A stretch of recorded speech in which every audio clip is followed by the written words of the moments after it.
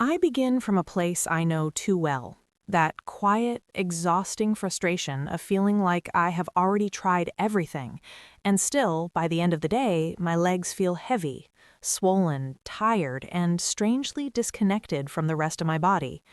And what makes it worse is that people often treat this like a small inconvenience, when it can slowly affect comfort, confidence, focus, movement, and even the way you feel inside your own skin. For a lot of people, heavy legs are not vanity and they are not laziness. They are daily signals that something in the body is asking for attention. Symptoms like heaviness, swelling, aching, and tired legs are commonly linked to venous problems and often get worse after long periods of standing, then ease somewhat with rest or with the legs raised. What changed everything for me was realizing that this feeling should not just be normalized forever.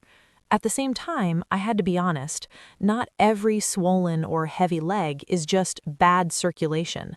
Sometimes it's something that deserves medical attention, especially if swelling is sudden, painful, only on one side, red, hot, or comes with chest pain or shortness of breath.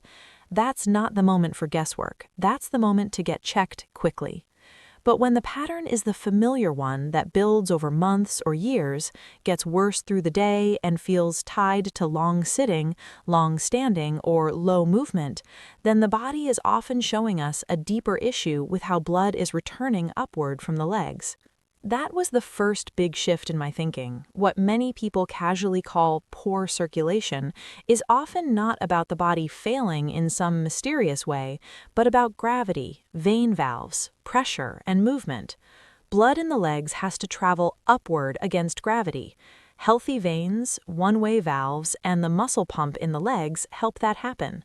When that system is under strain, blood can pool more easily, pressure can build, and the result can feel like heaviness, swelling, fatigue, throbbing, and that end-of-day sensation that your legs are carrying more than your body can comfortably manage.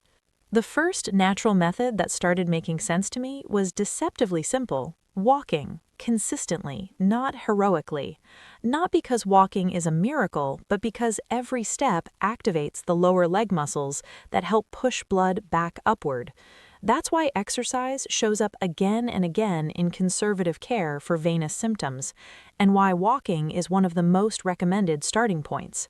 Even the science around chronic venous insufficiency keeps pointing to exercise training as a useful way to improve calf pump function, ankle movement, strength, and quality of life.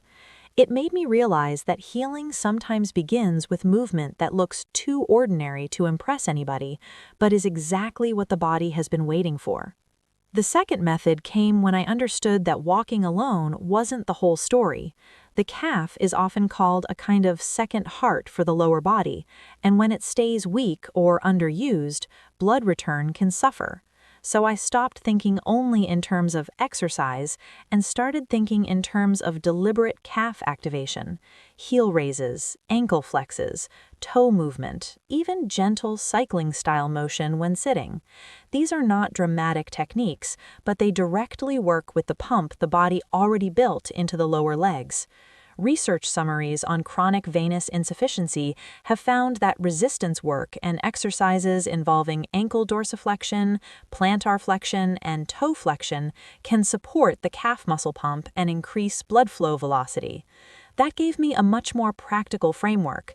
Every time I wake up the calves, I'm helping the return system do its job. And right around here is where I would speak directly to the person watching this and say, if this feels painfully familiar, leave a like on the video and tell me in the comments when your legs feel heaviest. Because for a lot of people, it's not random at all. It's after long hours at a desk, after a commute, after standing at work, or at that exact moment in the evening when the body finally stops distracting you and starts telling the truth. That pattern matters because the third method wasn't adding one more fancy habit, it was interrupting stillness. I learned that staying in one position for too long, whether sitting or standing, can keep symptoms going. So instead of waiting for one workout to save me, I started breaking up the day itself, standing up, bending the legs, walking briefly, giving the blood a reason to move instead of asking the veins to fight gravity alone for hours. The fourth method felt almost too easy, which is probably why so many people underestimate it: leg elevation. But the reason it matters is basic physiology. When the legs are raised, the body no longer has to battle gravity in the same way, and venous pressure can ease. That can help reduce swelling and relieve that packed, tired sensation that builds from the ankles upward.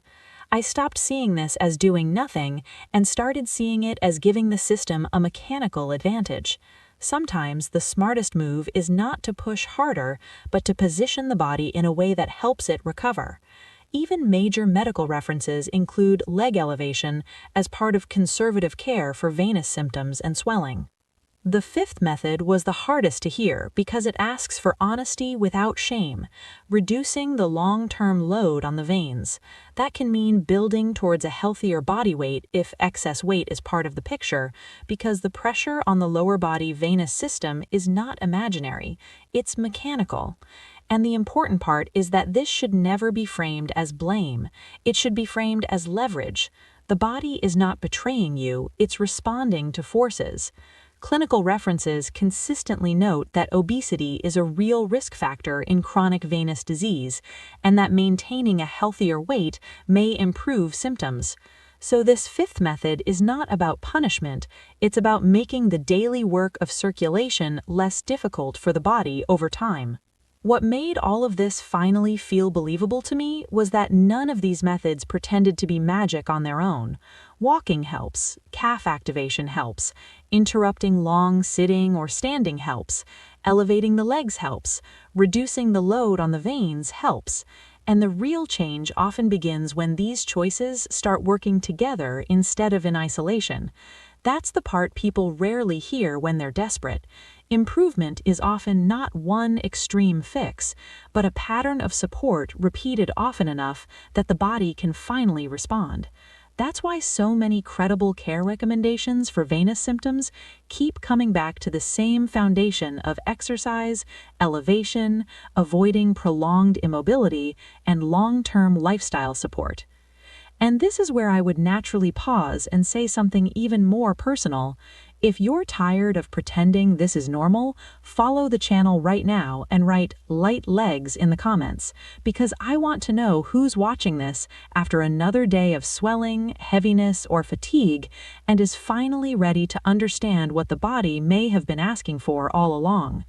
Sometimes the first real relief is not physical at first. Sometimes it's the moment confusion starts turning into clarity. That moment matters because once you understand the pattern, you stop fighting your body blindly. In the end, I don't believe in fake miracles, and I don't think you need another promise that sounds good for 3 days and changes nothing. What I do believe is that the body can respond when it's supported in ways that respect how it actually works. Heavy legs, swelling, and that drained feeling at the end of the day may have causes worth investigating, but they're not sensations you have to dismiss without question. There are natural, realistic, study-informed ways to support better venous return and daily comfort over time. And if this story gave language to something you've been feeling for a long time, subscribe to the channel, leave your like, and tell me in the comments which of these 5 methods you're going to start with first, because this conversation doesn't end here, and the next video may be the exact piece that helps you move from frustration into relief.